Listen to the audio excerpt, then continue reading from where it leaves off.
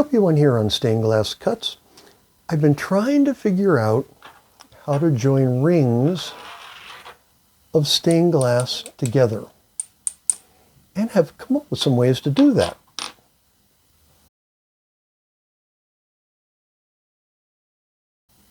But that's for another video. In this video, I'm going to show you how to use these solid brass key rings to make a brass and glass chain and the chain mobile. I have videos that will give you more details on the skills I'll be using. How to cut a circle, stained glass fusing with single layers of glass, how to make stained glass rings, how to drill a hole in stained glass, how to make a solid brass hanger, and how to make a chain for hanging. Links to these videos can be found in this video's description. I'm going to be using a lot of 3x3 squares of glass, the solid brass key rings, and some solid brass hardware. Some brass rod, some plumber's chain, some nuts, screws, and some O-rings. I'll start by making the glass rings. I only need 15 for this video, but as long as I'm at it, I'll make 60. I've got some other projects in mind that will use the other rings. First, I'll drill a 1-inch hole in the center of each piece of glass with my core bit.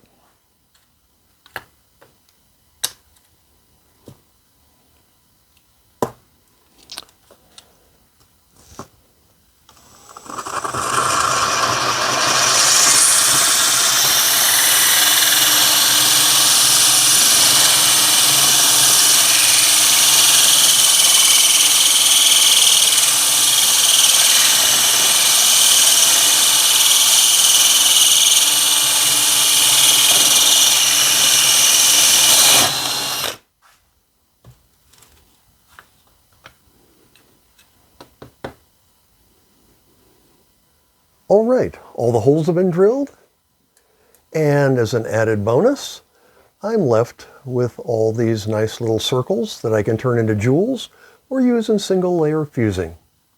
Let's make some donuts. Next, to make the donuts, I'll be centering my piece of glass on my easy cut circle cutter. As you can see here, I have a 1-inch circle marked on the circle cutter, and in order to be able to see that, I'm going to put my drawer liner there, and we'll center the piece of glass over the hole, making sure it's lined up well, and I'll score my 2-inch circle.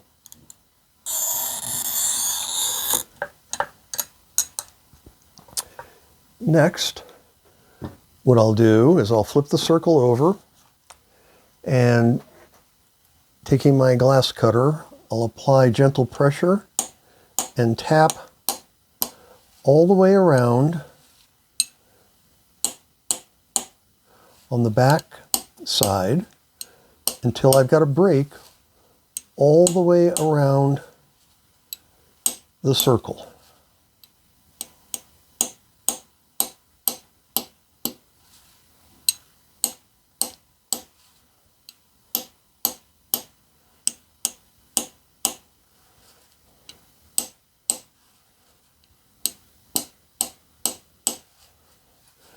Then I'll take a quick look and make sure it goes all the way around.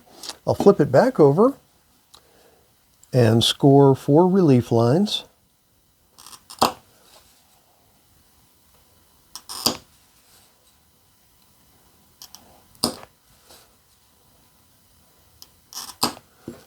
Then taking my running pliers, I'll gently apply pressure until I hear a pop.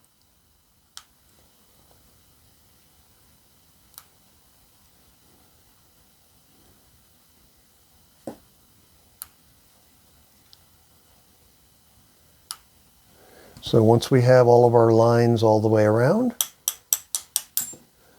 we just need to go around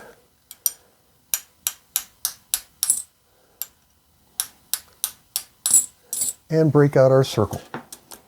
If there are any rough edges, I'll just clean them up with my grazing pliers. You don't need to be too careful in this because when they're in the kiln, they'll tend to take on the shape of the donut. That donut's ready for the kiln. Okay, all the donuts are cut. I only managed to screw one up completely. But I'd like to point out a couple things that I've tried. I've taken one of these rings, and normally I would go about the process of grinding it smooth on the outside with my flat lap grinder, but I didn't. I just threw it in the kiln and ended up with a very nice ring. So I can eliminate that step. The second thing I want to point out, you'll notice that when I was making these rings or donuts, I broke through one break on each one of them. Now you might go, oh no, got to toss that one out. And I'm not sure if it's because of viscosity or the expansion during heating, what you'll see here is that the ring will self-heal in the kiln. Pretty crazy, huh? I hope that works out so I can demonstrate it, but I've done that with several larger rings and it's worked beautifully. So, off to the kiln.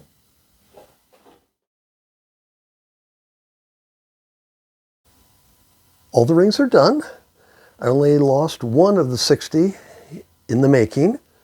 And here are our rings.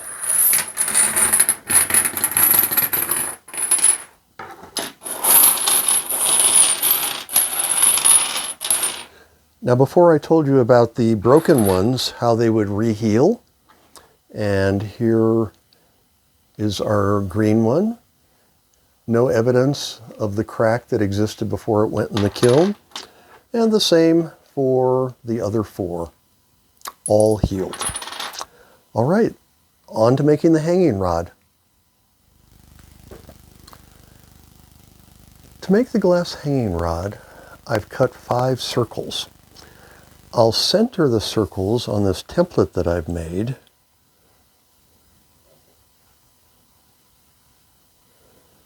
And I will make a mark on both sides of where I will want my score line to be as I cut these circles in half. Got all my circles cut and marked, and as you can see here, I line the marks up on my Morton Glassworks cutter and check to see that my glass cutter will slice down through the center of each of the marks. That'll give me perfect halves of circles. So I'll proceed to line up the others.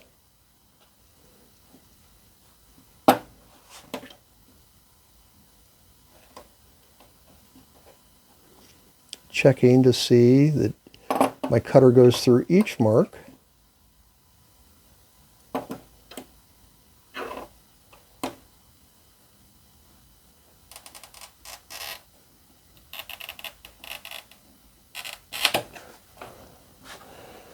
And then later, I'll break them apart. All right, got all the circles scored. I'll take my running pliers and break them apart. What I'm going to be trying to do here is to be as careful as I can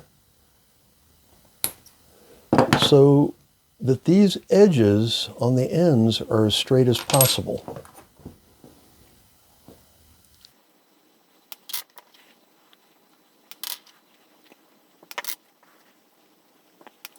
Okay, so I've got everything broken out.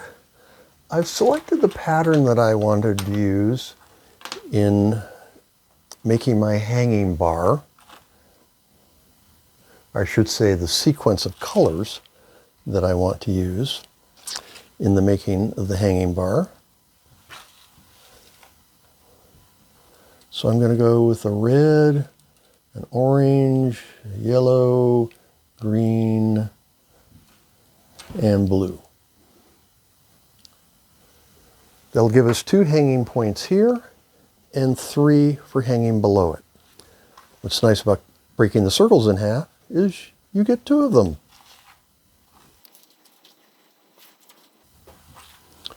When I put them in the kiln, in this area here, I want about a 1/2 inch of overlap. And as the glass expands, these pieces will come into contact, viscosity will take over, and we will end up with a wavy hanging rod. Okay, we've got the glass for our hanging rods in the kiln. As I was cleaning them up, I noticed I didn't do a very good job of scoring my lines. I didn't make them very straight. So I took one set of the half circles and I ground them on my flat lap. And as you can see, they fit together very snugly. Not so much the glass on the right side of this picture. And the result after firing confirms that the grinding was worthwhile. So moving on. I'm now going to finish up marking where I intend to drill the holes for our hangers.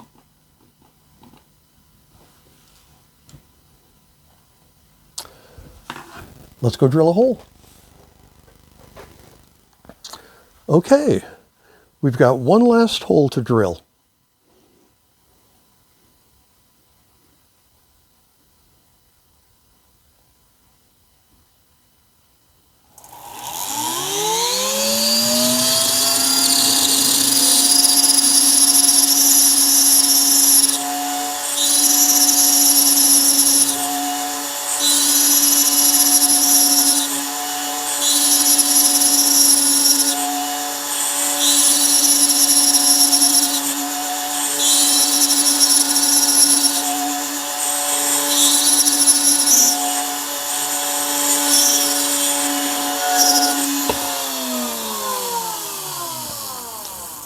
All right, we've got our holes all done.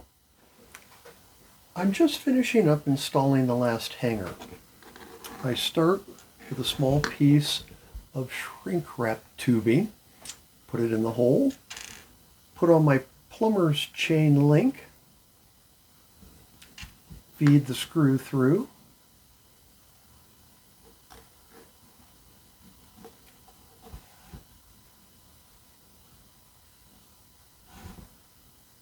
and add a nut to the back.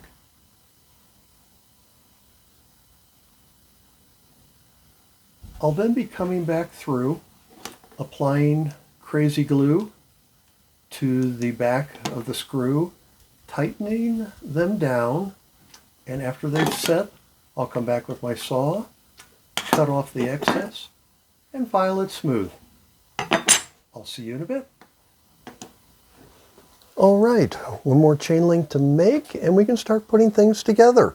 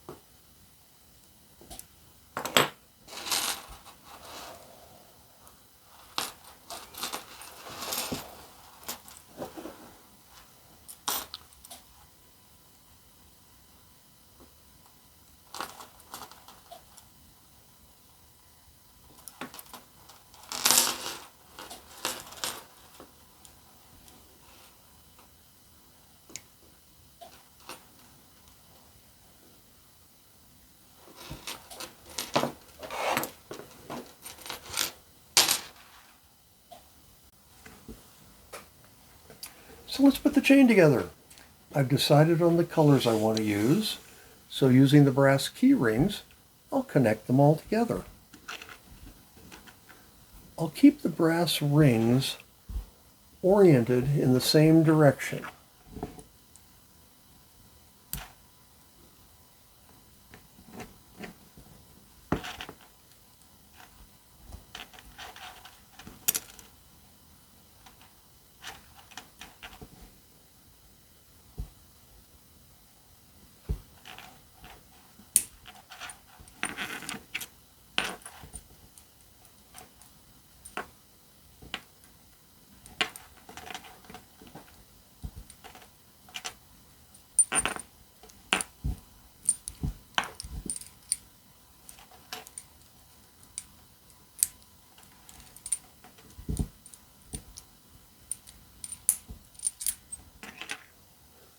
All right, the chain is all done.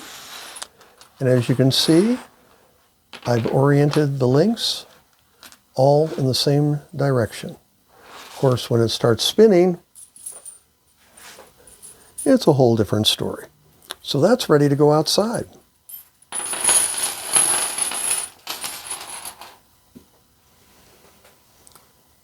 And now for the Chainmobile.